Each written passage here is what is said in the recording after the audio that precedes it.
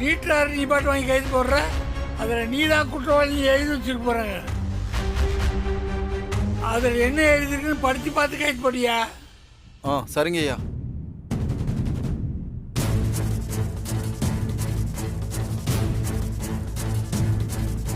படிச்சிட்டேங்க ஐயா. தெளிவாக இருக்கா? இருக்குங்க ஐயா. என்ன எழுதுச்சு? ஐயா, என் பேரை போட்டு இனிமே நான் பிறல் சாட்சியா மாற மாட்டேன், நான் சொல்றதெல்லாம் உண்மைதான், சுயநினைவோட தான் சொல்றேன்னு எழுதிருக்கீங்க. இந்த பேப்பர்ல இருக்கிற உண்மைதான் உன் நாக்கிலேயே இருக்கணும். இருக்குங்க ஐயா. இப்போ கையெழுத்து போடு. சரிங்க.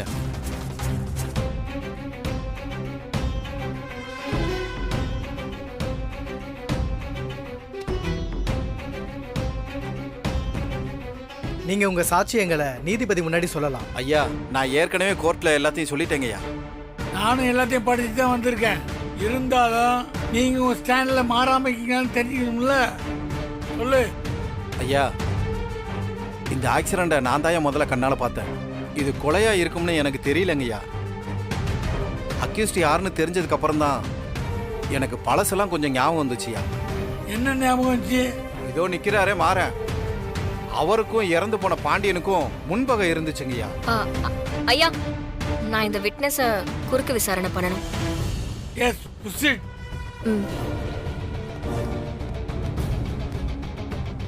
இந்த சம்பவம் என்னைக்கு நடந்துச்சுன்னு உங்களுக்கு ஞாபகம் இருக்கா?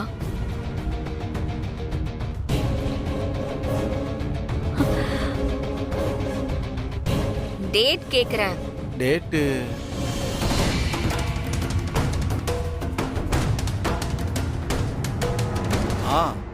12ஆம் தேதி 4வது மாசம் 2024. சரி, என்ன டைம்? டைம் நைட்டு ஒரு 10-11 மணி இருக்கும். நீங்க அப்ப என்ன பண்ணிட்டு இருந்தீங்க? வேலைக்கு போயிட்டு திரும்ப வீட்டுக்கு வந்துகிட்டு இருந்தேன். வண்டி எதுவும் கிடைக்கல, அதனால இந்த சைடு வண்டி ஏதாவது வருமானு பார்த்துக்கிட்டு இருந்தேன். அப்போதான் ஒரு ஆட்டோ தூரமாக வந்துகிட்டு இருந்துச்சு. அந்த ஆட்டோவை மோதுற மாதிரி பின்னாடி ஒரு காரு ஆட்டோவை சேஸ் பண்ணி வந்துகிட்டு இருந்துச்சு. சேஸ் பண்ணி வந்துச்சா? இதுக்கு முன்னாடி நீங்க இத பத்தி சொல்லவே இல்லையே. இல்ல, எனக்கு அப்பப்போ ஒரு சில விஷயம் ஞாபகம் இல்லாம போயிருது. அது எல்லாத்தையும் உங்க லாயர் இன்ஸ்பெக்டர் ஞாபகப்படுத்தினாங்களா?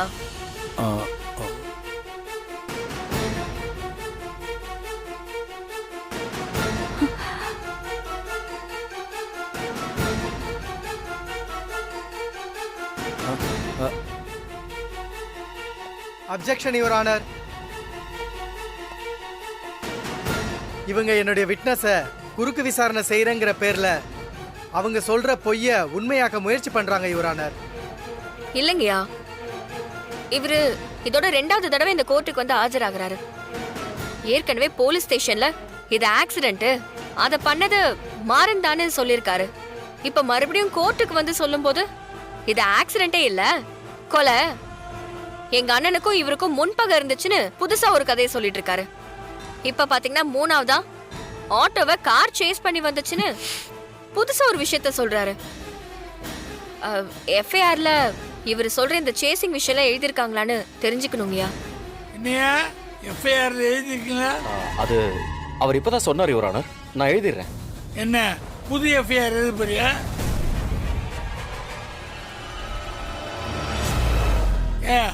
ஒரு சாட்சி முதல் தடவை என்ன சொல்லிச்சோ அதையே கடைசி வரைக்கும் சரியா சொல்லணும்.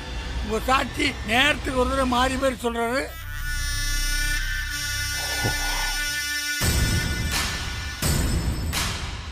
ஐயா, எனக்கு என்னமோ இந்த சாட்சிக்கு ஞாபக மருதி கேஸ் இருக்குமோன்னு ஒரே சந்தேகமா இருக்குங்கய்யா.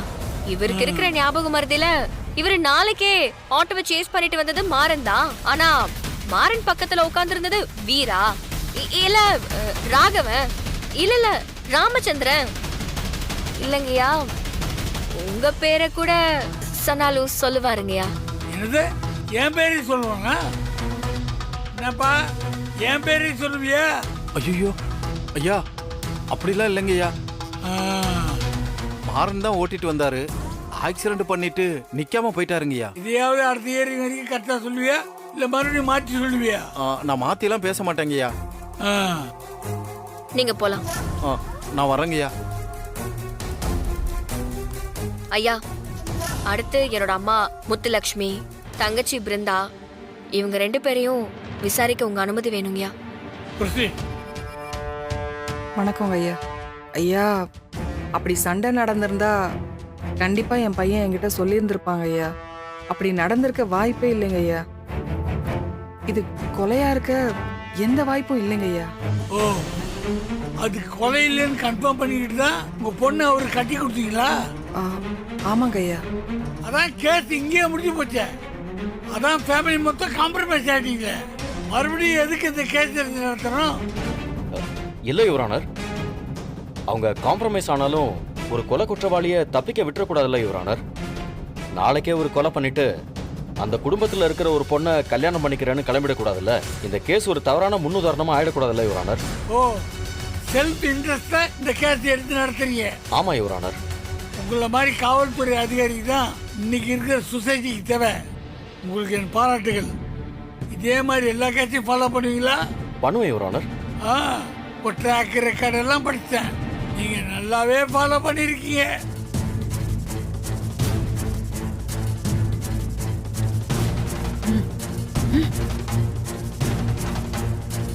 யுவர் ஆனர், இறந்து போன பாண்டியனுக்கு இன்னொரு தங்கச்சியும் இருக்காங்க, கண்மணி. அவங்கள நான் விசாரிக்கணும் யுவர் ஆனர். அவரோட இன்னொரு தங்கச்சி நானும் தான் இருக்கேன். அப்போ என்னையும் தானே விசாரிக்கணும். என்னம்மா, உங்க குடும்பத்துல ஆளாளுக்கு வேற வேற கருத்து இருக்கு? இல்லைங்கய்யா, நாங்க எல்லாருமே ஒரே கருத்துல தான் இருக்கோம். எங்க அண்ணனுக்கும் மாறனுக்கும் எந்த முன்பகையும் இல்ல. இது திட்டமிட்ட கொலைதாங்கிறதுக்கான ப்ராப்பர் எவிடன்ஸும் இவங்க கிட்ட இல்லைங்கய்யா. சாட்சின்னு ஒருத்தர் சொல்றாரு, அவர் திரும்ப திரும்ப மாறனை பத்தியே பேசுறாரு. இந்த ஒரு விட்னஸ வச்சு மாறன் தான் குற்றவாளின்னு சொல்றது எந்த விதத்துலங்க நியாயம்? இந்த விட்னஸ கோர்ட்டு விரல் சாட்சியா எடுத்துக்கிட்டு மாறன நிரபராதின்னு இந்த கேஸ்ல இருந்து விடுவிக்கணும்னு நான் உங்களை தாழ்மையுடன் கேட்டுக்கிறேங்கய்யா. யுவர் ஆனர், நமக்கு 1000 பர்சனல் இருக்கலாம், எல்லாத்தையும் நம்ம வீட்லயா சொல்லிட்டு இருப்போம். அந்த மாதிரி பாண்டியனுக்கும் மாறனுக்கும் இருந்த முன்பகைய வீட்ல சொல்லாம இருந்திருக்கலாம். அந்த ஒரு விஷயத்த காரணமா வச்சுக்கிட்டு அவர் இந்த கேஸ்ல இருந்து விடுவிக்கணும்னு சொல்றது எந்த வகையில இது சரிங்க ஐயா? உங்ககிட்ட வேற ஏதாவது ப்ராப்பரான எவிடன்ஸ் இருக்கா? இன்னொரு விட்னஸ் இருக்காங்க யுவர் ஆனர்.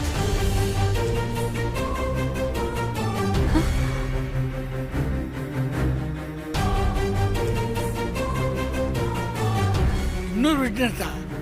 இத்தனை நாளா சப்மிட் பண்ணவே இல்லை. அவங்களாவே இன்னைக்கு தான் முன் வந்திருக்காங்க யுவர் ஆனர். என்னையா, புதையில் தோண்ட போனப்ப பூதங்கிழமை மாதிரி இந்த கேஸ்ல புது புது விட்னஸா வந்துட்டு இருக்காங்க. யார் அந்த விட்னஸ்? படிவுங்க ஐயா.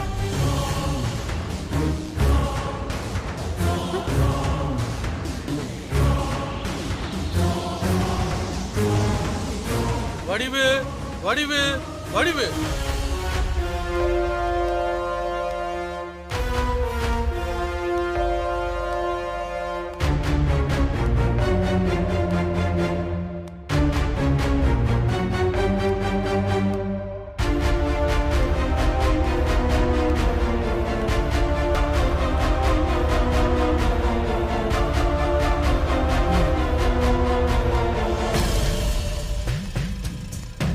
நீங்கம்மா? இறந்து போன பாண்டியனோட ஃப்ரெண்டு ராஜேஷோட அம்மாண்ணா. ஓ, என் பையனும் பாண்டியனும் தான் அந்த விபத்து.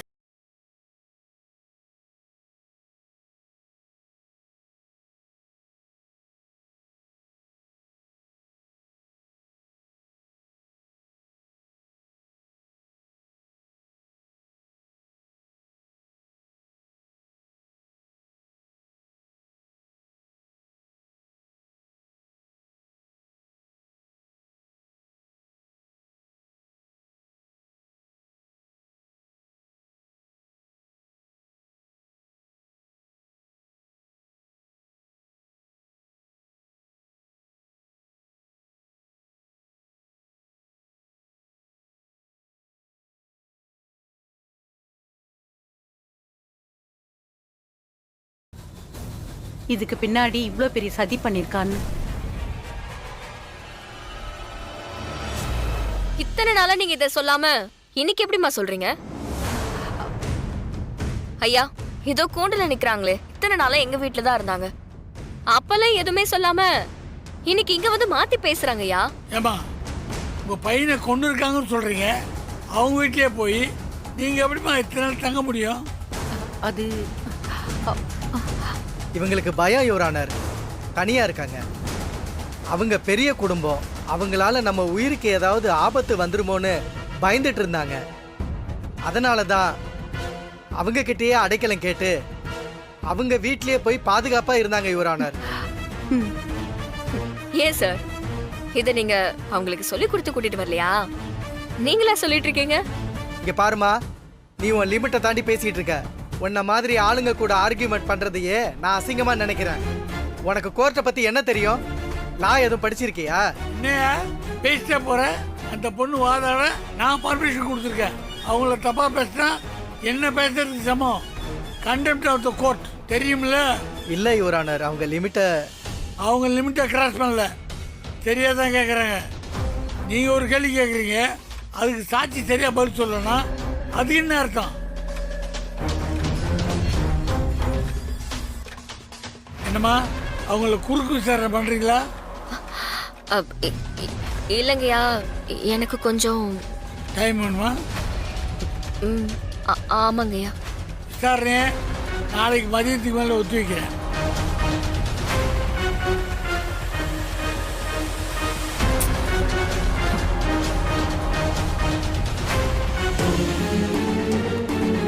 அத்தை ஒரு நிமிஷம்.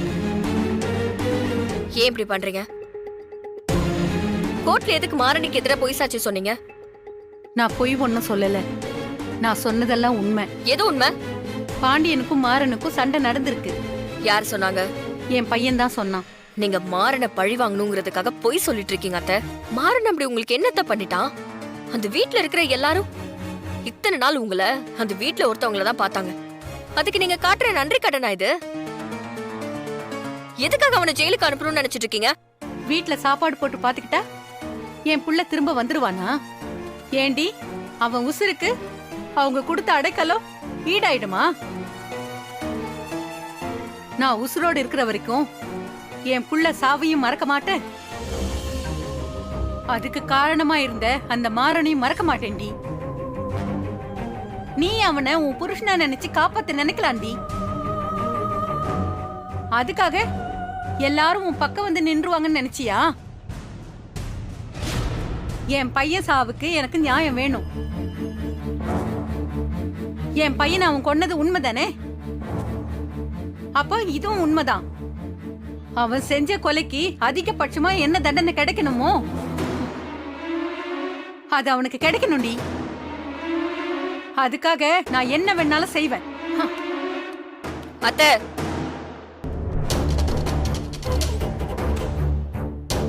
நானும் என் புருஷனை காப்பாத்துறதுக்கு எந்த எல்லைக்கு வேணாலும் போவேன். பார்க்கலாண்டி.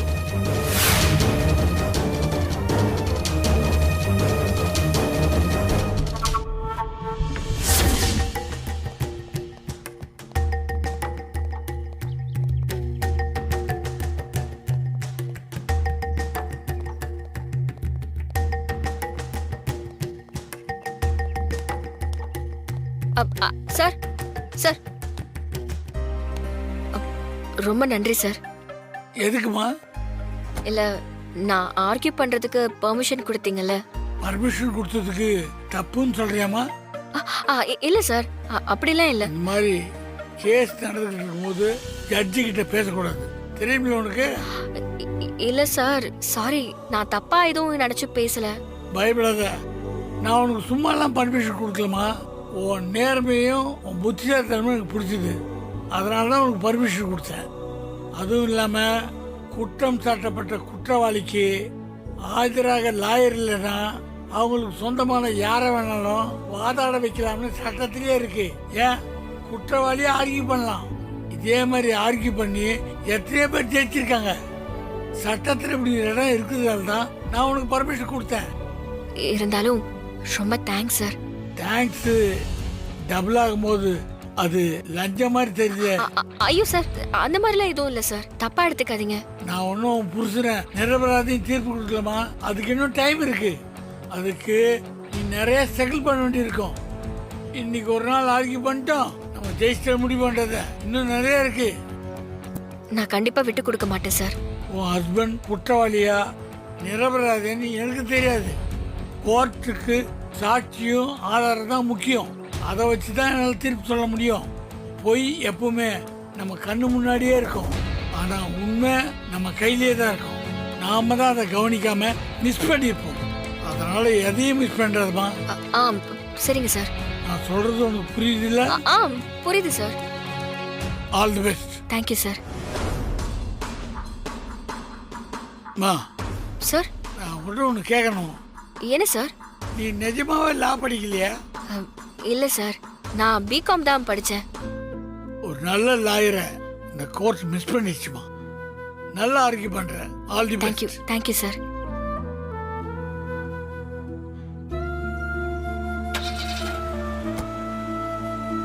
சார்,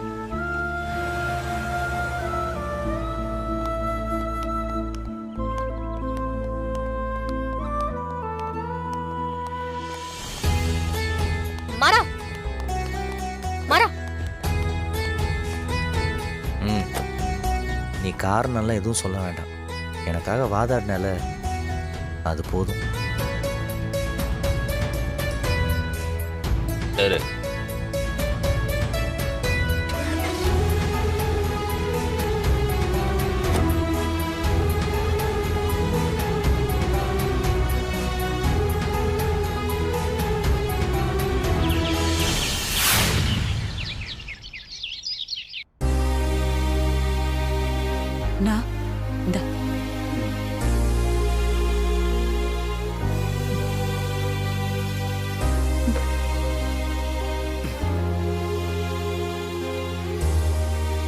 வள்ளி, நீ போய் நல்லா சமைச்சு வைமா. காலையில இருந்து யாருமே சாப்பிடல. இப்ப நாம நிம்மதியா சாப்பிடலாம். கண்டிப்பா. அப்பா, லாயர் கிடைக்காம கேஸ் என்ன ஆகுமோன்னு ரொம்ப பதறிட்டேன். வீரா, மாமா, உண்மைய சொல்றேம்மா. நான் வாதாட போறேன்னு நீ எந்திரிச்சு நிற்கும் போது எப்பவுமே உன்னை நம்புற எனக்கு இந்த இடத்துல மட்டும் ஒரு சின்ன சந்தேகம் வந்துடுச்சு. உனக்குலாம் லாவை பத்தி என்ன தெரியும், நீ எப்படி வாதாட போறேன்னு யோசிச்சேன். ஆனா நீ எனக்கு நம்பிக்கையை கொடுத்துட்டமா. இனிமே எனக்கு கவலையே இல்லை. என்னடா ராகவா, நீ என்ன நினைக்கிற? அது அப்பா. இல்ல மாமா, நமக்கு வேற வழி இல்லைல்ல. நம்பிக்கையான லாயரும் கிடைக்கல. வாழ்வா சாவாங்கிற போராட்டம் முடிவானதுக்கு அப்புறம் இறங்கி ஒரு கை பார்த்து தானே ஆகணும் மாமா. மத்தவங்க மாதிரி ஒதுங்கி நின்று வேலை பார்த்தா நம்மளால மாறனை காப்பாத்த முடியாதுல்ல மாமா. டேய், என்னடா நீ ஒண்ணுமே சொல்லாம அமைதியா நின்றுட்டு இருக்க? வீர ஆஜரானதுல உனக்கு சந்தோஷம் இல்லையா என்ன? சந்தோஷம்தான்ப்பா. எப்படியாவது ஜெயிச்சிடணும், அது மட்டும்தான் எனக்கு தோணுது. பாவம் மாற. ஆமா மாமா, அவர் பாவம்தான்.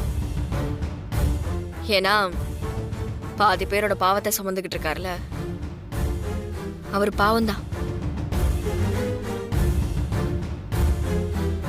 யாரம்மா? வடிவே எல்லாரும் நம்மளத பத்தி சொல்றியா?